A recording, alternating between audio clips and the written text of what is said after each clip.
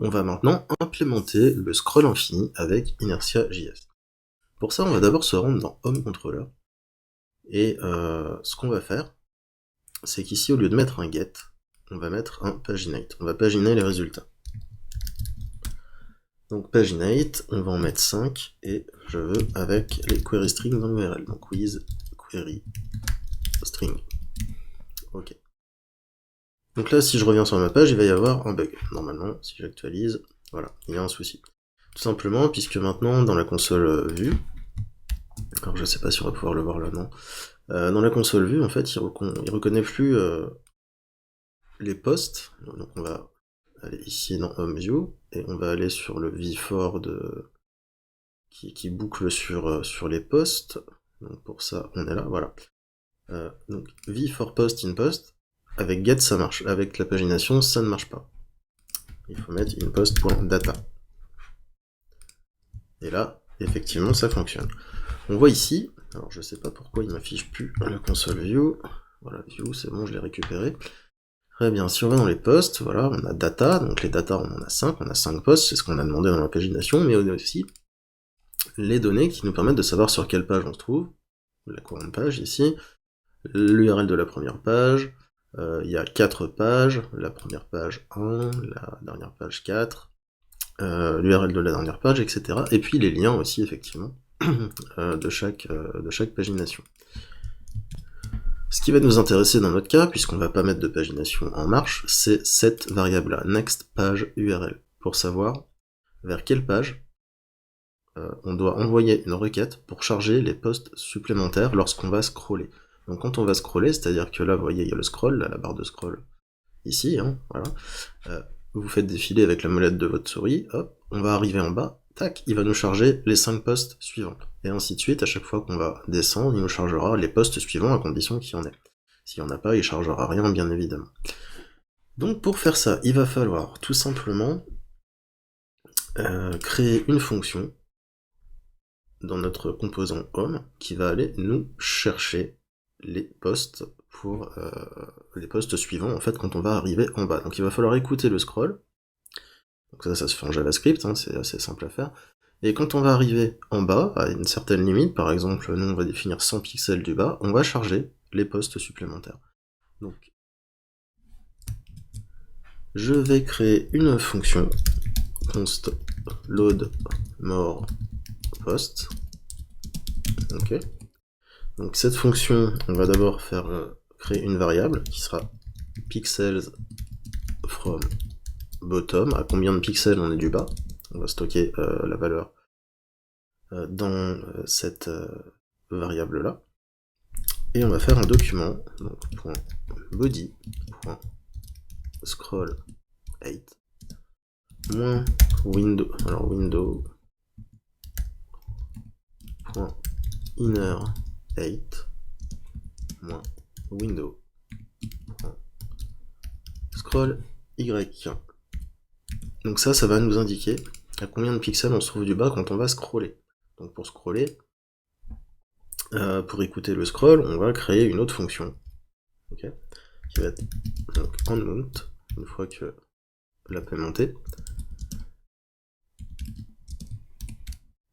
Et dans cette fonction, on va faire un window.add event listener, on écoute un événement en fait. Qu'est-ce qu'on écoute comme événement? On écoute le scroll, et quand on scroll, on déclenche la fonction loadMorePost. Voilà. Donc je peux faire par exemple ici un console.log pixel from bottom. Alors je vais aussi importer onMount de view. Donc je vais le faire ici. Là, ici par exemple. Non, plutôt là. Import onMount from view. Ok. Donc allons voir ce que ça donne. J'ai une erreur, non c'est bon. Ok, donc là je vais ouvrir la console. Voilà, je vais faire le ménage. Et je vais descendre. Et là, vous voyez, ça me met à combien de pixels je me trouve du bas, jusqu'à arriver à 0 quand j'arrive en bas. Si je remonte, hop, ça remonte. Je redescends, on voit ici, clairement, que hop, on arrive en bas, ça arrive à 0. Donc moi, quand j'arrive à 100, je veux déclencher ma fonction. Donc, hop, je veux déclencher ma fonction loadMorePost. Je commande cette ligne, et je vais faire if pixel from bottom est plus petit que 100, on a franchi donc la barre des 100 pixels, on est en dessous. Alors on va faire, je vais faire un console.log load more post. Allez, rebelote, on réessaye, je fais le ménage, j'arrive, donc là je suis en haut, il n'y a rien qui se passe, ok. Je descends, j'arrive, hop, et là j'ai load more post qui se déclenche puisque je suis à moins de 100 pixels. Hop. Donc on va continuer de coder, et pour ça on va utiliser donc Axios. Alors du coup, je vais supprimer le listener si on est en dessous de 100 pixels, ça sert plus à rien, d'accord? Donc je vais faire un remove event listener, lequel celui du scroll, ok, et load more post. Load more post en paramètre, donc la fonction qu'on avait déclenchée, hop, on arrête.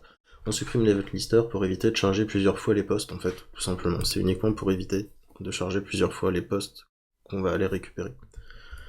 Si différent de props.post.next page URL, alors on retourne. On vérifie s'il y a une page suivante, next page URL, s'il n'y en a pas, on retourne. On stop. Sinon, on va faire un axios.get props.post.next page URL .zen fonction response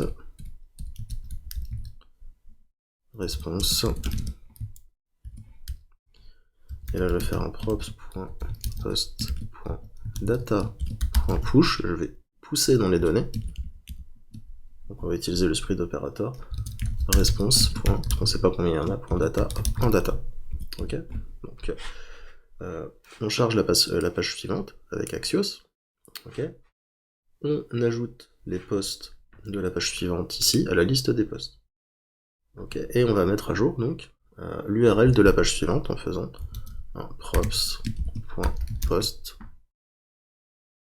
.nextPage URL est égal à response.data.nextPage URL. Donc on met à jour l'URL suivante. Et on remet notre event listener, on se remet à écouter un event listener, le scroll.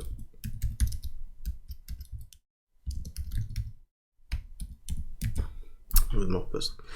Donc bien évidemment, il va falloir importer Axios. Donc je vais importer... Ah bah il a été importé automatiquement, voilà. Importe Axios from Axios, très bien. Et maintenant, on peut aller voir ce que ça donne. Alors on ne peut pas aller voir ce que ça donne en fait, il va falloir vérifier d'abord pour que ça fonctionne. Ici, si la requête dans le home controller veut du JSON, comme c'est le cas, donc if request want JSON, comme ceci, alors on retourne les posts. Ok, juste les posts. On remet juste les posts puisque c'est tout ce qu'on demande. On ne demande pas d'aller recharger la vue ou quoi que ce soit. Donc on retourne les posts qui vont venir s'ajouter donc à la liste des posts. Donc logiquement. Alors, effectivement, il n'y a pas de variable request. Donc je vais ici. Voilà. Donc ça c'est fait. Ensuite, donc j'actualise. Et quand je vais en bas, hop, j'arrive en bas, vous voyez, hop, il y a les nouveaux posts qui se chargent jusqu'à ce qu'il n'y en ait plus à charger. Voilà. Donc vous pouvez compter, hein, on en a le même nombre que tout à l'heure. Sauf que là on affiche les 5 premiers, j'arrive en bas, et j'en ai 1, 2, 3, 4, 5. On les voit. Et hop, il y a les autres qui se chargent. Voilà, donc comment on peut mettre en route donc un scroll infini. Avec avec Inertia.js, donc, et puis Axios, comme vous l'avez vu.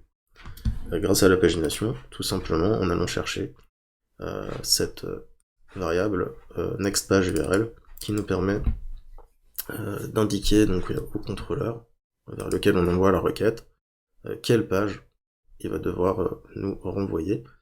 Et donc voilà, donc on retourne les posts à la suite, donc qui vont venir s'ajouter à la liste, tout simplement, des posts déjà présents. Voilà, donc c'est tout pour cette partie, on va passer à la suite de la formation.